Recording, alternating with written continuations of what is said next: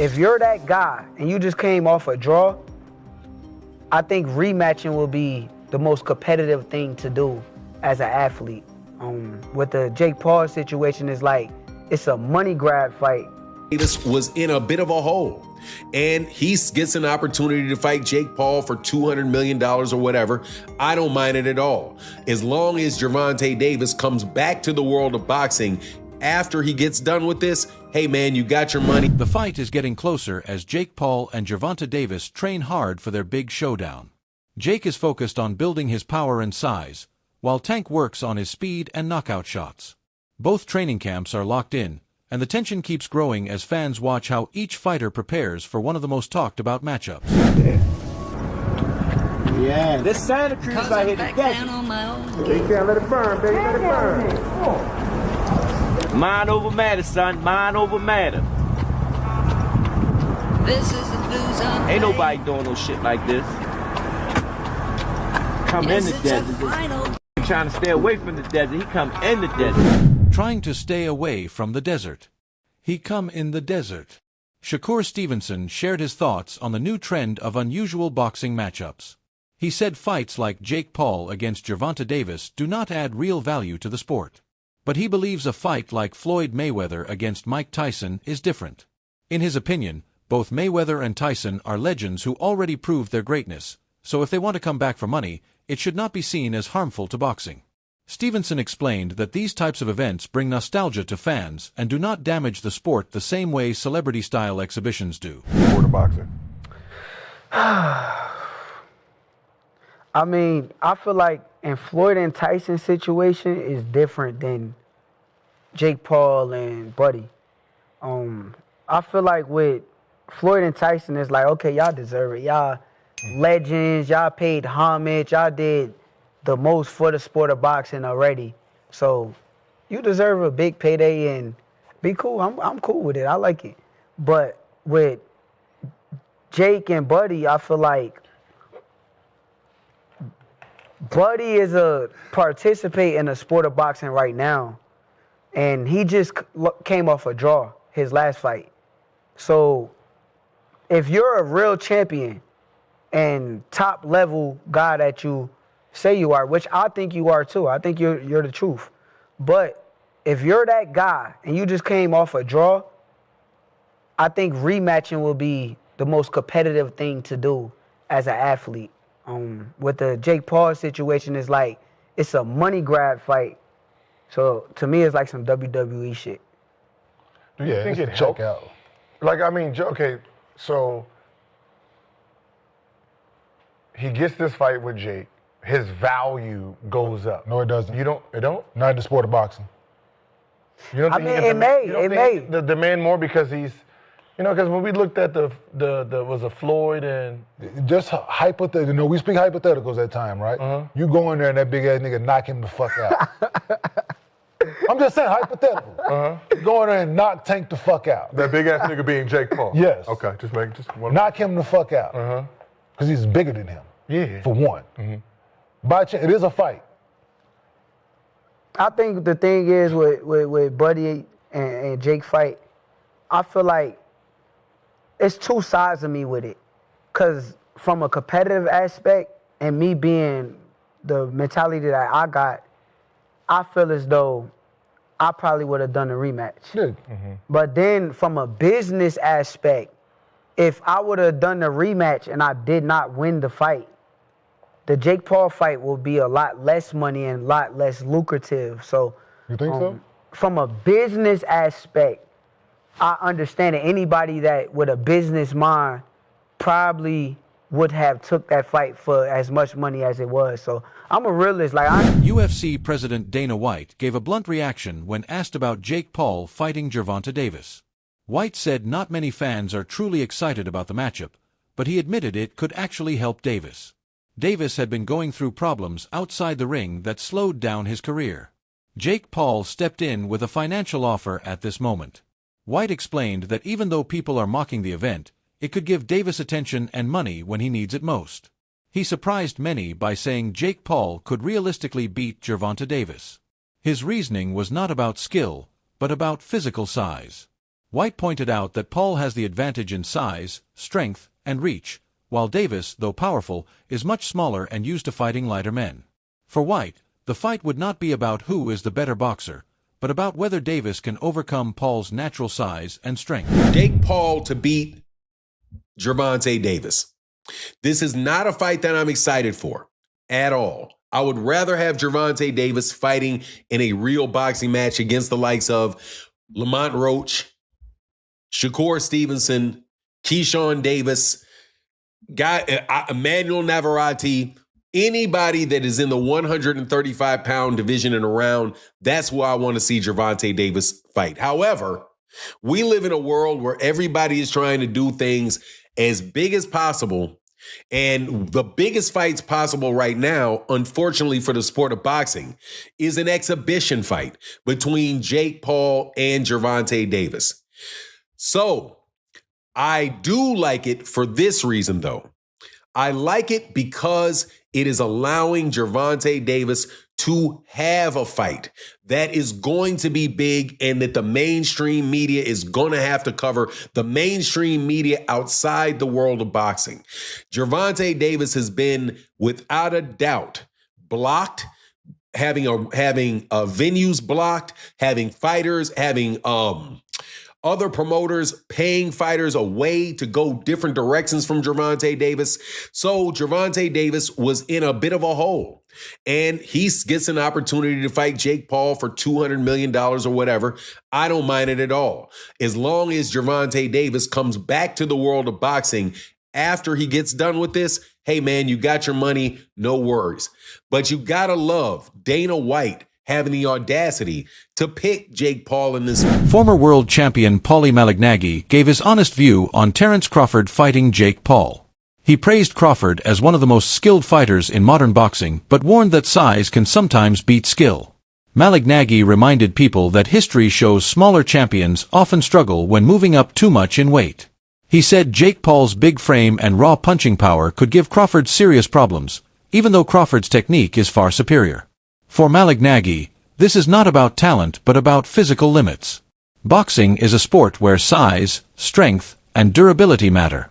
He added that even a fighter as smart and skilled as Crawford could find it very dangerous to face someone who outweighs him so heavily. I think Davis is more to lose because he's the bona fide world champion. I don't care if he's much smaller. I think Jake Paul has sort of plateaued as far as where his boxing is concerned. It's rather low level. Yeah. He's big, he's physical, he's strong, he can hit. So there is that risk. Davis, at lightweight, you're in a moment where it's too physical for you. You can clinch. Against the heavyweight, where you clinching? You ain't getting out of that corner just clinching anymore if you run out of space. You know what I mean? So it's interesting. But Davis, listen, there's a lot of talking points that I'm sure we'll get into when this gets closer to the fight. Davis can still punch at lightweight. Can he drop a heavyweight?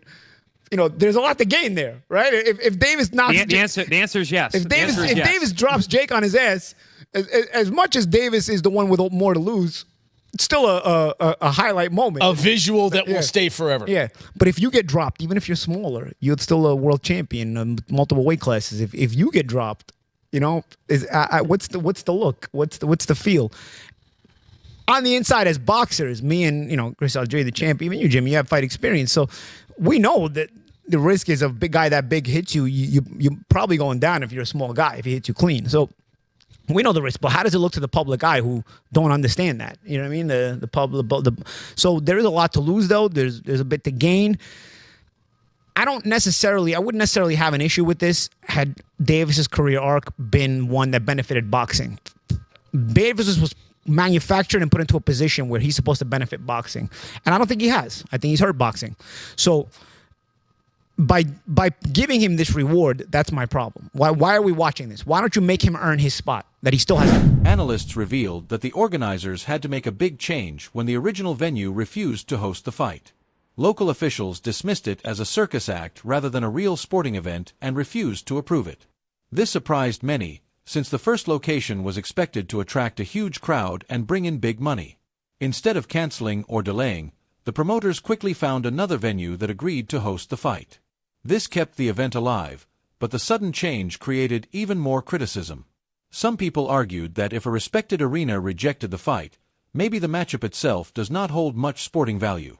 Many now see the event as more about entertainment and money than true competition.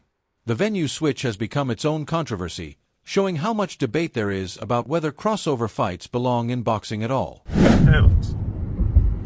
Jake Paul is over 50 pounds heavier than Gervonta Tank Davis, and he's nearly a foot taller than Gervonta Tank Davis. So no sanction body wants to, and no commission wants to, should I say, I keep saying sanction body, no commission wants to sanction it. They don't want to be a part of it, as I told you guys. So they announced that the fight was going to take place November 14th in Atlanta at the State Farm Arena where the Atlanta Hawks play. And the Georgia Athletic Commission, he came out and he made a serious statement. And he let the world know that they falsely advertised this fight, okay? Because no commission won't sanction it to be a real boxing match, let alone they're not even interested in allowing it to be an exhibition. Okay? They don't even want it to be, they don't even want to be responsible for an exhibition of this magnitude, right? So he comes out and he says, the commissioner, head of the Georgia Commission, he comes out, he says, quote, I believe it's in the public's interest to know because they've been promoting something they should not have been promoting.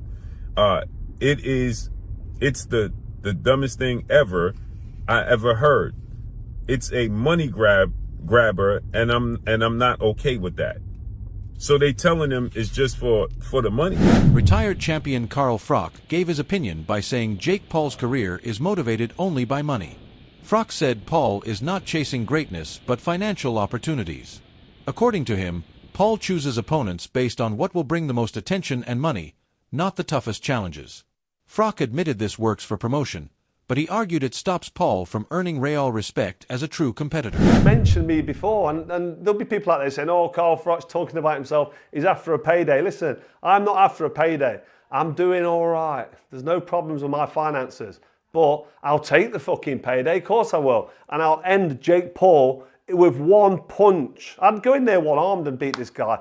He can't box. He's absolutely fucking useless, which we saw last night with Mike Tyson. Talking about Canelo Alvarez. I've not mentioned Canelo Alvarez because it's just laughable. Jake Paul, Canelo Alvarez. Can you imagine? I mean, if Jake Paul fancies that and he jumps in the ring with him, I will pay homage to him because fair play. If he jumps in there with Canelo Alvarez, he'll get absolutely fucking destroyed and it will be fast and it will be messy and it will be bad for his health as well, potentially. MMA star Nate Diaz dismissed the fight completely, saying he did not even want to give a prediction.